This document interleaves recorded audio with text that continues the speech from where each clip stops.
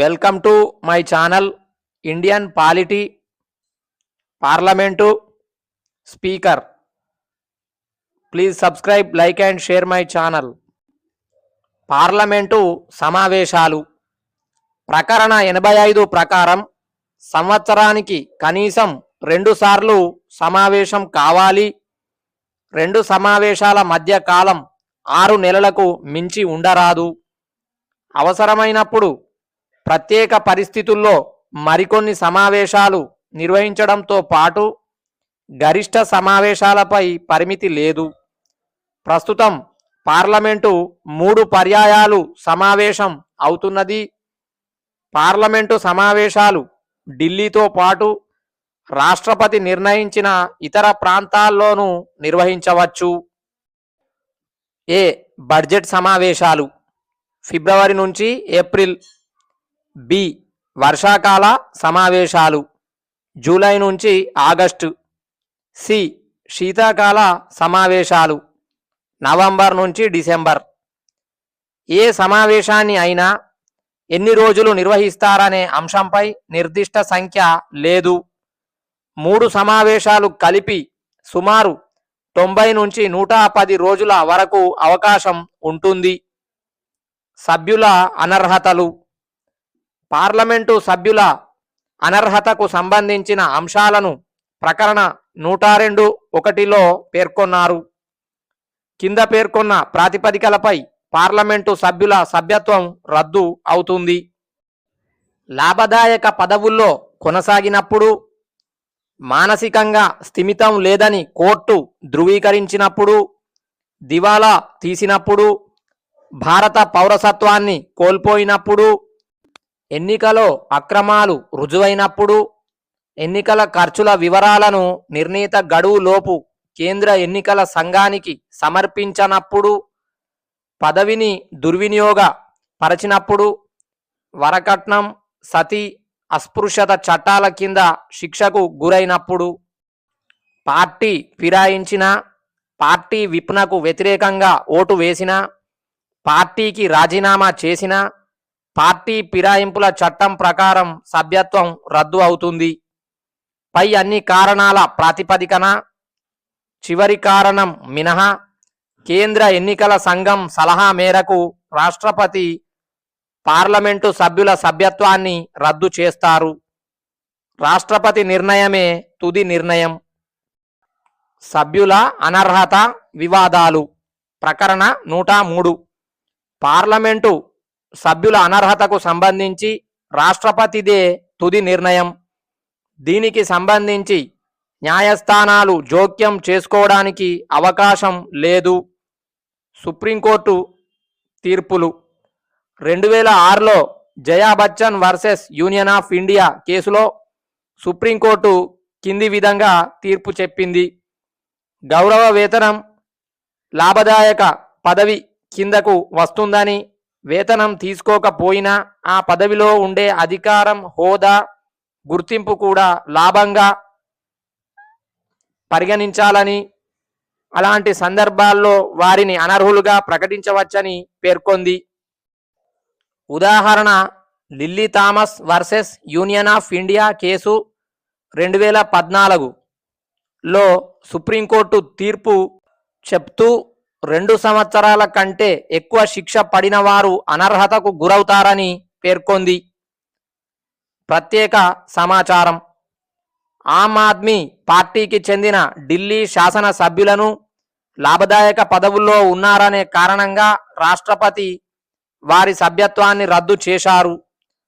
High court stay ఇచ్చింది. తుది నిర్ణయం వెలువడాల్సి ఉంది.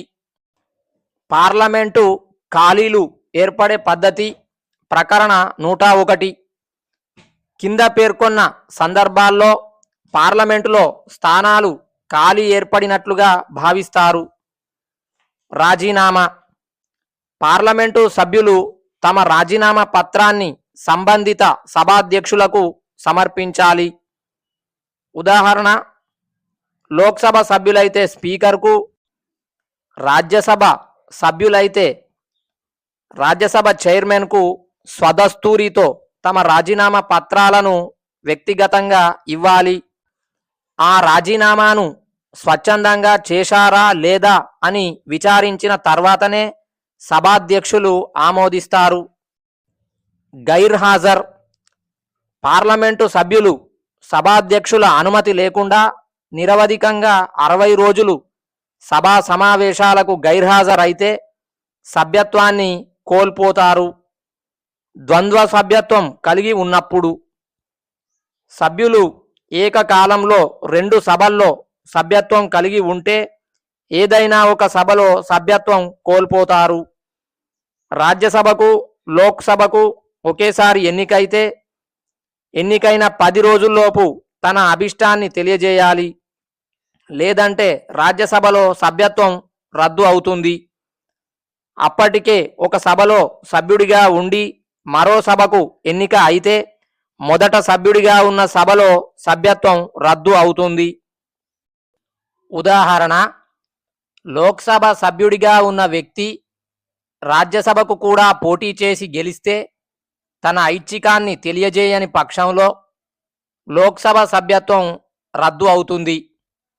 ఒక అభ్యర్థి 2 స్థానాల్లో పోటీ చేసి రెండింట్లోనూ గెలిచి నిర్ణీత గడువులో 10 రోజులు అతను ఐచ్ఛికాన్ని తెలపకపోతే 2 స్థానాల్లో తన సభ్యత్వాన్ని కోల్పోతాడు. రాష్ట్ర శాసనసభకు పార్లమెంటుకు ఒకేసారి ఎన్నికైతే 14 రోజుల లోపల రాష్ట్ర శాసనసభ సభ్యత్వానికి రాజీనామా చేయాలి. లేని పక్షంలో పార్లమెంటు సభ్యత్వం రద్దవుతుంది. ఇతర కారణాలు: పార్లమెంటు సభ్యుని ఎన్నిక చెల్లదని హైకోర్టు తీర్పు చెప్పినప్పుడు, సభ్యుడు ఆ సభ చేత బహిష్కరించబడినప్పుడు, పార్లమెంటు సభ్యులు రాష్ట్రపతి లేదా ఉపరాష్ట్రపతిగా ఎన్నికైనప్పుడు, గవర్నర్గా నియమించబడినప్పుడు, ఇతర కారణాల వల్ల అనర్హుడిగా ప్రకటించినప్పుడు. ఉదాహరణ: 2005 14వ లోక్సభలో 10 మంది సభ్యులను ప్రశ్నలు అడగడానికి డబ్బులు తీసుకున్నందుకు సభ నుంచి బహిష్కరించారు. 1978 6వ లోక్సభలో నుంచి ఇందిరాగాంధీని సభా హక్కుల ఉల్లంఘనల కారణంగా బహిష్కరించారు. పార్లమెంటు చర్చలు అధికార భాష ప్రకరణ 120. పార్లమెంటు చర్చలు హిందీ లేదా ఇంగ్లీష్లో జరుగుతాయి. అయితే సభాధ్యక్షులు అనుమతితో మాతృభాషల్లో కూడా సభ్యులు మాట్లాడవచ్చు. సభాధ్యక్షులు: Lok Sabha speaker, deputy speaker. Parliament ప్రతి సభలోనూ సభాధ్యక్షులు, ఉప సభాధ్యక్షులు ఉంటారు. లోక్సభలో స్పీకర్, డిప్యూటీ స్పీకర్, రాజ్యసభలో చైర్మన్, డిప్యూటీ చైర్మన్ పదవులు ఉంటాయి. వీరు ఆయా సభలకు అధ్యక్షత వహించి సభా కార్యక్రమాలు నిర్వహిస్తారు. ప్రకరణ 93లో స్పీకర్ పదవిని ప్రస్తావించారు. 1919 చట్టం ప్రకారం భారతదేశంలో మొదటిసారి 1921లో ఈ సభాపతి పదవిని ఏర్పాటు చేశారు. ఆ సమయంలో స్పీకర్ను అధ్యక్షుడిగా పిలిచేవారు. 1935లో అధ్యక్షుడు అనే పదాన్ని స్పీకర్గా మార్చారు. 1946 డిసెంబర్ 9 నుంచి 1947 నవంబర్ 16 వరకు స్పీకర్ పదవిని రాజ్యాంగ సభ రద్దు చేసింది. 1946 నుంచి 1949 వరకు రాజ్యాంగ పరిషత్తే శాసనసభగా వ్యవహరించింది. జీవి మౌలాంకర్ మొదటి స్పీకర్గా ఎన్నికయ్యారు. ప్రత్యేక సమాచారం: స్వాతంత్ర్యం రాకముందు నియమించబడిన మొదటి స్పీకర్ సర్ ఫ్రెడరిక్ వైటీ.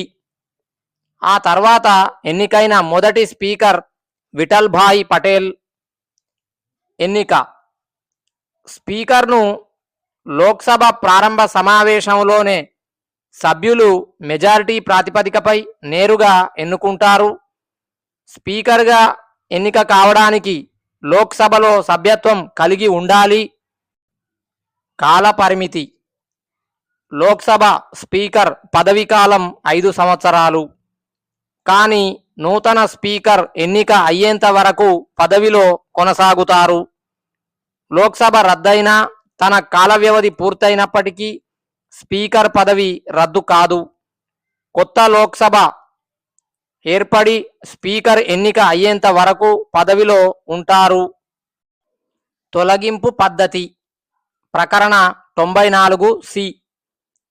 ప్రకరణ 94 ప్రకారం స్పీకర్ను లోక్సభ తొలగిస్తుంది. పదవిని దుర్వినియోగపరచడం, రాజ్యాంగ ఉల్లంఘన అనే కారణాలపై తొలగించవచ్చు. సభలో తొలగింపు తీర్మానాన్ని ప్రవేశపెట్టడానికి 14 రోజుల ముందస్తు నోటీసును స్పీకర్కు ఇవ్వాలి. 50 మంది సభ్యులు సంతకాలు చేసి లోక్సభ సెక్రటరీ జనరల్కు నోటీసు ఇవ్వాలి. సభలో రక్షింపబడాలంటే మరో 50 మంది సభ్యుల మద్దతు ఉండాలి. తొలగించే తీర్మానాన్ని సభకు హాజరైన వారిలో సగానికంటే ఇది ఒక రకమైన ప్రత్యేక మెజారిటీ ఎక్కువ సభ్యులు ఆమోదిస్తే స్పీకర్ తన పదవి నుంచి తొలగించబడతాడు.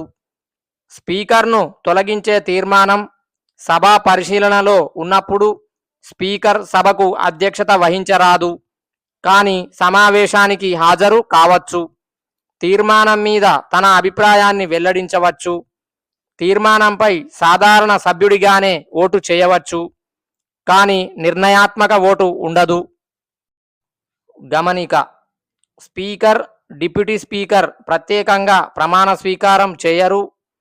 దీని గురించి రాజ్యాంగంలో ప్రస్తావన లేదు. జీతభత్యాలు. స్పీకర్ జీతభత్యాలను పార్లమెంటు నిర్ణయిస్తుంది. వీటిని 2వ షెడ్యూల్లో పేర్కొన్నారు. ప్రస్తుతం స్పీకర్కు వేతనం 4 లక్షల రూపాయలు. పదవీ విరమణ, పెన్షన్, ఇతర అన్ని సౌకర్యాలు ఉంటాయి. వీరి జీతభత్యాలను కేంద్ర సంఘటిత నిధి నుంచి చెల్లిస్తారు.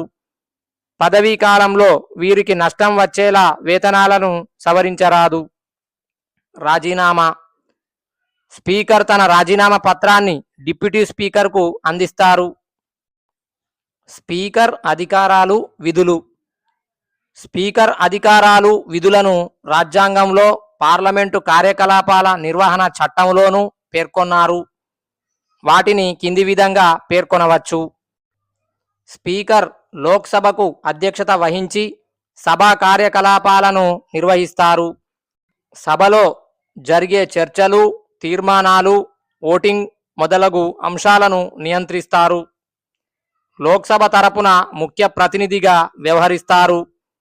సభా హక్కులను, సభా గౌరవాన్ని, సభా ప్రతిష్టను కాపాడేందుకు చర్యలు తీసుకుంటారు. సభలో గందరగోళం ఏర్పడితే తగిన ఆదేశాల ద్వారా పరిస్థితిని చక్కబెడతారు. ఏదైనా బిల్లు విషయంలో అనుకూల, వ్యతిరేక ఓట్లు సమానమై ప్రతిష్టంభన ఏర్పడితే నిర్ణయాత్మక ఓటును వినియోగిస్తాడు. సభలో జరిగే చర్చల సమయం, సభ్యులు లేవనెత్తే ఆక్షేపణలు, సభలో కోరం మొదలగు అంశాలపై స్పీకర్ నియంత్రణ ఉంటుంది. అనుచితంగా ప్రవర్తిస్తున్న సభ్యులను హెచ్చరించడం, అది మితిమీరినప్పుడు సభ నుంచి వెళ్ళమనడం, ఆదేశాన్ని ఖాతరు చేయనప్పుడు సంబంధిత అధికారుల చేత బయటికి బలవంతంగా పంపడం చేస్తారు. కొన్ని పార్లమెంటరీ కమిటీలకు చైర్మన్గా ఉంటాడు. ఉదాహరణ: సభా వ్యవహారాల committee, rules committee, general purpose committee. అలాగే కొన్ని కమిటీల చైర్మన్లను కూడా నియమిస్తారు. లోక్సభకు చెందిన అన్ని కమిటీలు స్పీకర్ పర్యవేక్షణలోనే పనిచేస్తాయి. ప్రత్యేక వివరణ: స్పీకర్ తన అధికారాలను రాజ్యాంగబద్ధంగా పార్లమెంటు చట్టాలు, రూల్స్ పరంగా పొందుతారు. పరిపాలన సంబంధిత అధికారాలు. లోక్సభ సచివాలయానికి అధిపతిగా వ్యవహరించి సిబ్బందిపై పరిపాలన నియంత్రణ కలిగి ఉంటారు. బిల్లులకు సంబంధించి వివిధ అంశాలను పరిశీలించడానికి కమిటీని ఏర్పాటు చేస్తారు. సభ్యులకు సంబంధించిన వసతులు, సౌకర్యాలు మొదలగు అంశాల నిర్వహణను పర్యవేక్షిస్తారు. ప్రత్యేక అధికారాలు. ద్రవ్య బిల్లులను ధృవీకరిస్తారు. స్పీకర్ ధృవీకరణ అంతిమం. లోక్సభకు సంరక్షకుడిగా వ్యవహరిస్తారు. సాధారణ బిల్లు విషయంలో ఉభయ సభల మధ్య ప్రతిష్టంభన ఏర్పడినప్పుడు ఏర్పాటు చేసే సంయుక్త సమావేశానికి అధ్యక్షత వహిస్తారు. అఖిల భారత స్పీకర్ల సమావేశానికి అధ్యక్షత వహిస్తారు. ఇండియన్ పార్లమెంటరీ గ్రూపునకు హోదారీత్యా అధ్యక్షుడిగా ఉంటాడు. Deputy speaker. ప్రకరణ 93లో డిప్యూటీ స్పీకర్ పదవి గురించి పేర్కొన్నారు. డిప్యూటీ స్పీకర్ను ప్రత్యక్షంగా మెజారిటీ ప్రాతిపదికన లోక్సభ సభ్యులు ఎన్నుకుంటారు. పార్లమెంటరీ సంప్రదాయం ప్రకారం లోక్సభలో అత్యధిక స్థానాలు సాధించిన ప్రతిపక్ష పార్టీకి ఏకగ్రీవంగా ఆ పదవి ఇవ్వడం ఆనవాయితీగా వస్తుంది.